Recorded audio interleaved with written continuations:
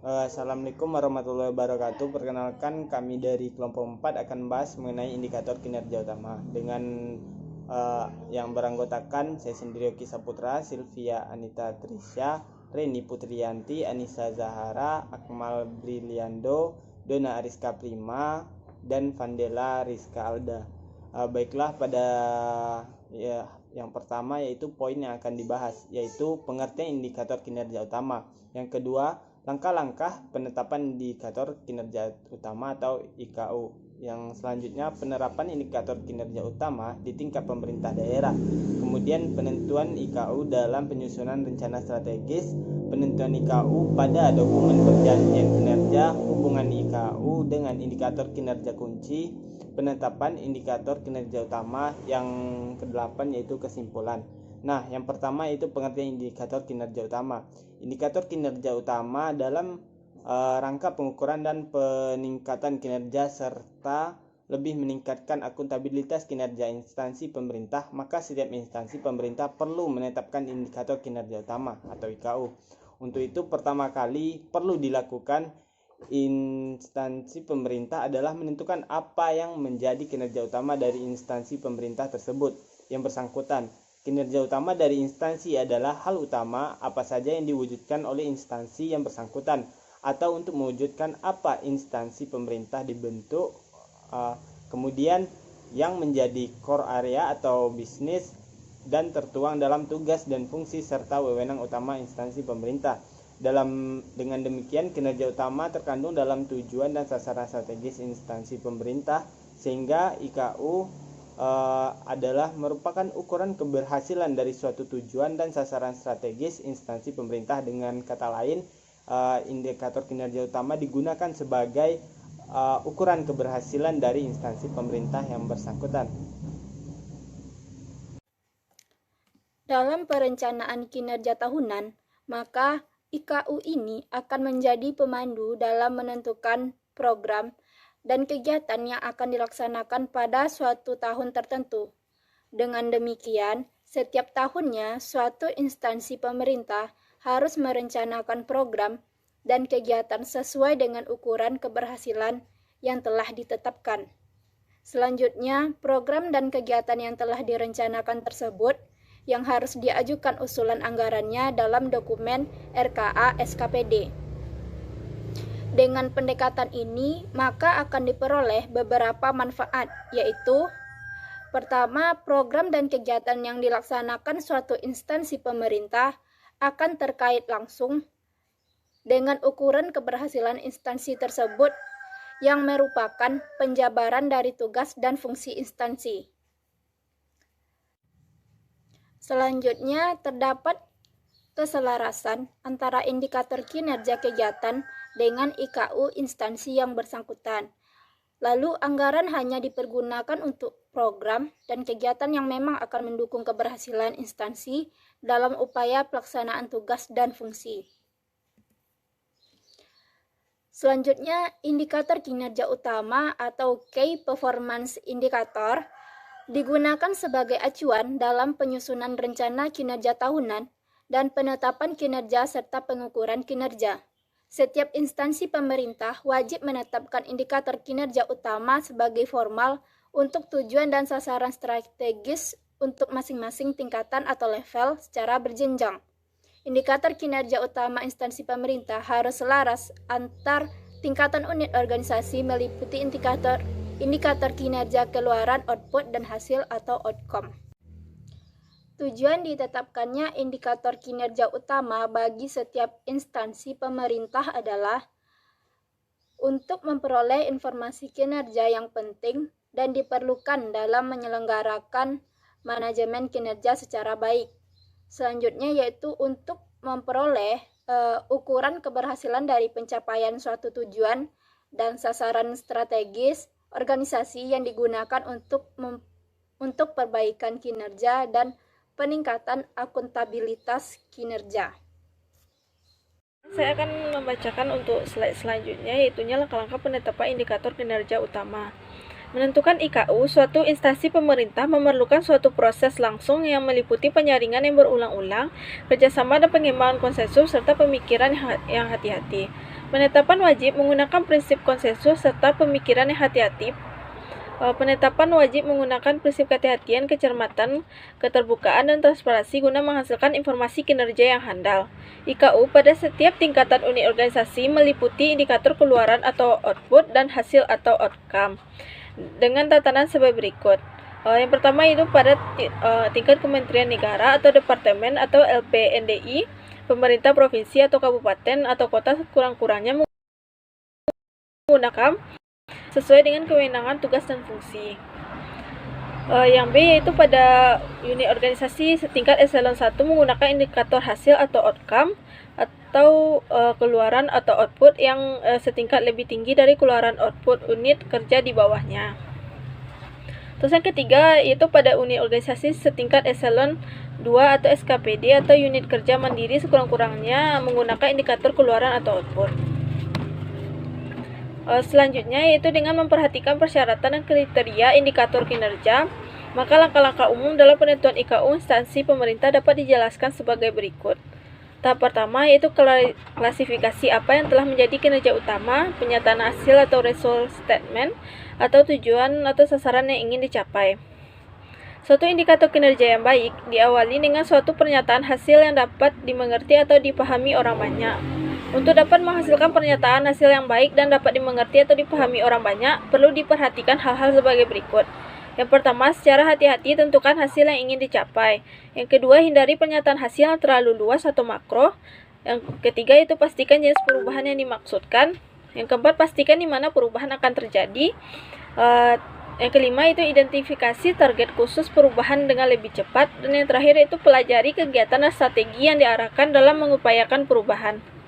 Mungkin sekian, mungkin akan dilanjutkan oleh rekan saya. Tahap kedua, menyusun daftar awal IKU yang mungkin dapat digunakan. Terdapat beberapa jenis indikator kinerja yang dapat digunakan untuk mengukur suatu outcome. Namun dari indikator-indikator kinerja tersebut, biasanya hanya beberapa indikator saja yang dapat digunakan dengan tepat.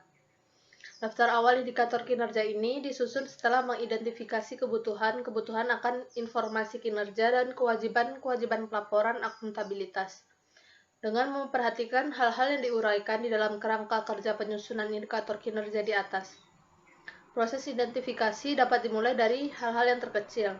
Misalnya pada tingkat kegiatan, penyusunan daftar awal indikator kinerja ini paling tidak sudah dapat menyebut nama atau judul indikator dan untuk apa indikator tersebut diperlukan, atau alasan mengapa diperlukan. Dalam menyusun daftar awal indikator kinerja perlu dilakukan hal-hal sebagai berikut. Yang pertama, brainstorming internal oleh tim pengurus, konsultasi dengan para ahli di bidang yang sedang dibahas, menggunakan pengalaman pihak lain dengan kegiatan yang sama atau sejenis. Kemudian pada tahap ketiga, lakukan penilaian setiap IKU yang terdapat dalam daftar awal indikator kinerja. Setelah berhasil membuat daftar awal IKU, langkah selanjutnya adalah melakukan evaluasi setiap indikator yang tercantum dalam daftar awal indikator kinerja. Evaluasi dilakukan dengan membandingkan setiap indikator kinerja dalam daftar dengan kriterianya. Dengan skala yang sederhana, misalnya 1 sampai 5, setiap indikator kinerja yang dievaluasi dapat ditetapkan nilainya. Pemberian nilai ini akan memberikan pemahaman yang menyeluruh terhadap kepentingan masing-masing indikator yang dievaluasi dan membantu proses pemilihan indikator yang paling tepat. Pendekatan dengan metode ini harus diterapkan secara fleksibel dan dengan pertimbangan yang matang, karena setiap kriteria tidak memiliki bobot yang sama. Baiklah, selanjutnya saya Anissa Zahara akan menjelaskan materi berikutnya, yaitu tahapan keempat, memilih IKU dan sumber daya kinerja. Tahap akhir dari proses ini adalah memilih IKU. Indikator-indikator kinerja tersebut harus disusun dalam suatu set indikator yang optimal yang dapat memenuhi kebutuhan manajemen, yaitu informasi yang berguna dengan biaya yang wajar. Dalam pemilihan ini harus selektif. Pilihlah indikator kinerja yang dapat mewakili dimensi yang paling mendasar dan penting dan dari setiap tujuan atau sasaran. Kerangka kerja penyusunan seperangkat IKU merupakan keseluruhan pola tindak mulai dari identifikasi dan pengumpulan sejumlah indikator pada daftar awal atau list yang diusulkan sampai pada penilaian, seleksi pemilihan, penentuan pemilihan, penetapan resmi, dan pengorganisasian penerapannya. Kerangka kerja ini merupakan inti dari petunjuk ini agar dapat diberikan indikator-indikator yang baik dalam proses ini. Penerapan IKU di tingkat pemerintah daerah.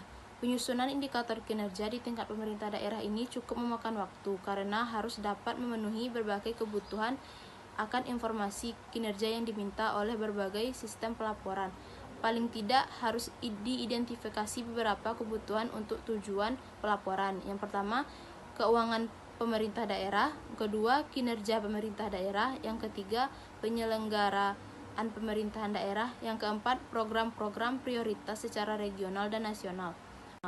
Oleh karena itu, pertimbangan penyusunan seperangkat indikator utama yang digunakan oleh pemerintah daerah juga harus mengacu pada kebutuhan informasi untuk hal-hal tersebut di atas, sehingga dengan demikian satu sistem dapat memproduksi berbagai informasi yang digunakan di berbagai pelaporan tersebut. Proses selanjutnya, pelaksanaan penetapan IKU di pemerintah daerah tentunya tidak berbeda dengan pelaksanaan di pemerintah pusat, di mana setelah IKU ini ditetapkan akan dimanfaatkan dalam proses perencanaan, penganggaran, pengukuran, dan pelaporan sesuai dengan ketentuan yang berlaku. Baik, di sini saya akan menjelaskan penentuan IKU pada penyusunan rencana strategis.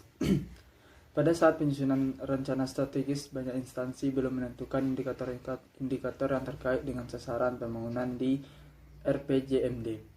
Target-target kuantitatif 5 tahun ke depan bagi SKPD tertentu belum dicantumkan secara resmi di dalam dokumen RPJMD.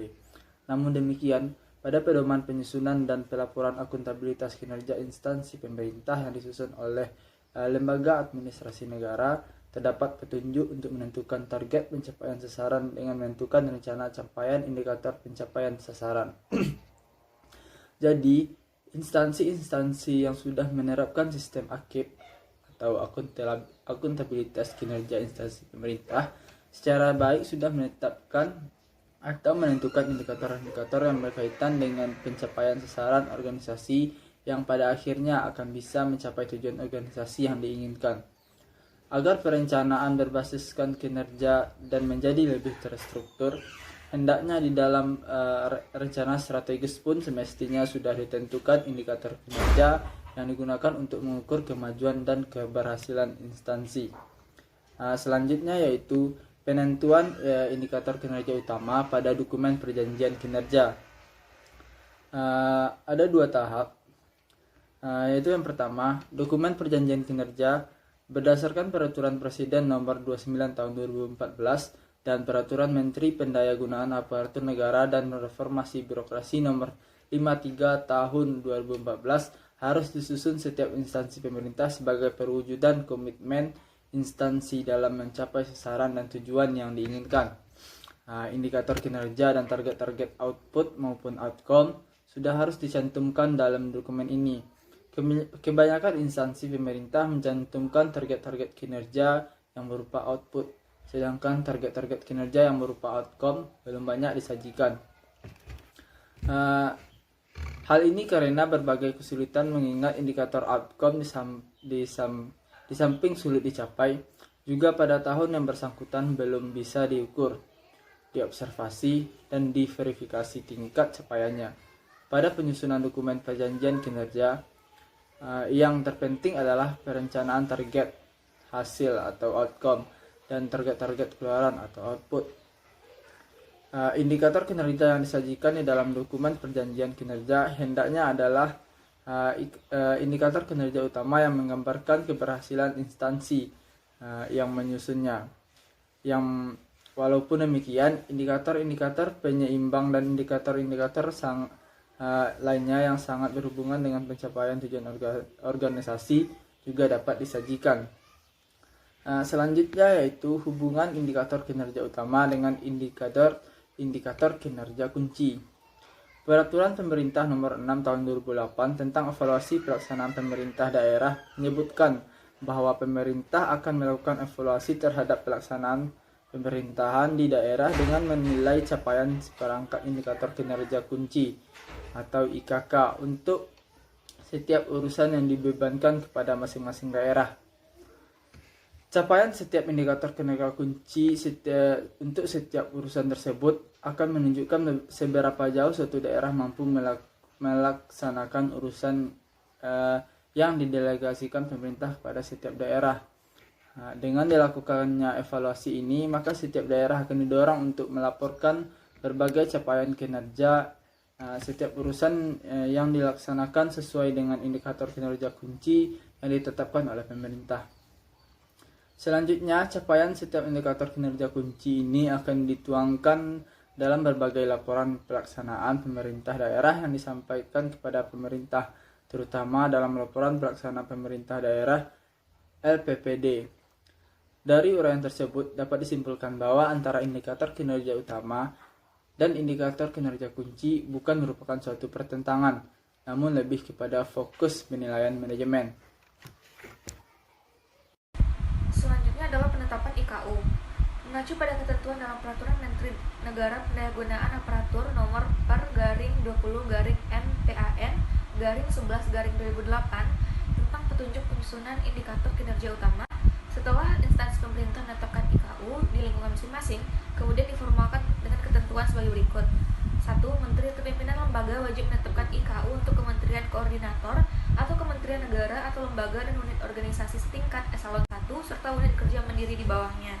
2. Sekretaris Jenderal Lembaga Tinggi Negara dan lembaga tinggi lain yang menjalankan fungsi pemerintahan wajib menetapkan IKU untuk lembaga tinggi negara, lembaga lain, dan unit organisasi setingkat eselon 1 serta unit kerja mandiri di bawahnya. 3. Gubernur atau bupati atau wali kota wajib menetapkan IKU untuk pemerintah provinsi atau kabupaten atau kota dan SKPD serta unit kerja mandiri di bawahnya. Penetapan oleh pimpinan tertinggi suatu instansi pemerintah ini sangatlah penting untuk mengikat komitmen seluruh jajaran manajemen dan anggota organisasi. Penetapan ini dapat dilakukan bersamaan dengan penetapan rencana strategis organisasi, namun tidak tertutup kemungkinan dilakukan penetapan tersendiri untuk IKU pada berbagai tingkatan organisasi. Kesimpulan, IKU atau indikator kinerja utama adalah ukuran keberhasilan dari suatu tujuan dan sasaran strategis instansi pemerintah. Dengan kata lain, IKU digunakan sebagai ukuran keberhasilan dari instansi pemerintah yang bersangkutan. Indikator kinerja utama juga merupakan alat atau media yang digunakan untuk mengukur tingkat keberhasilan suatu organisasi dalam mencapai tujuan dan sasarannya. Indikator kinerja utama yang baik akan menghasilkan informasi yang memberikan indikasi yang lebih baik dan lebih menggambarkan mengenai kinerja organisasi. Selanjutnya, apabila didukung dengan suatu sistem pengumpulan dan pengolah data yang memadai, maka kondisi ini akan dapat membimbing dan mengarahkan organisasi pada hasil pengukuran yang andal atau reliable